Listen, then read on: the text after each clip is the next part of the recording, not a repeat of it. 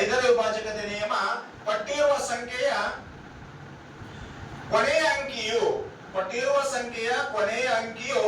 0 ಆಗಿರಬೇಕು, ಇಲ್ಲವೇ 5 ಆಗಿರಬೇಕು.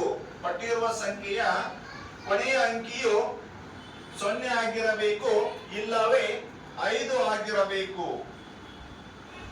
ಕೊಟ್ಟಿರುವ ಸಂಖ್ಯೆಯ ಕೊನೆಯ ಅಂಕಿಯು 0 ಆಗಿರಬೇಕು, ಇಲ್ಲವೇ 5 ಆಗಿರಬೇಕು. ಹಾಗಾದರೆ ಆ ಸಂಖ್ಯೆಯು ಸಂಪೂರ್ಣವಾಗಿ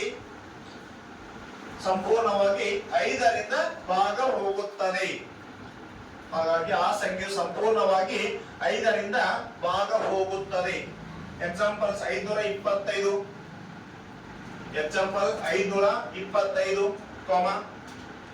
525, 6210,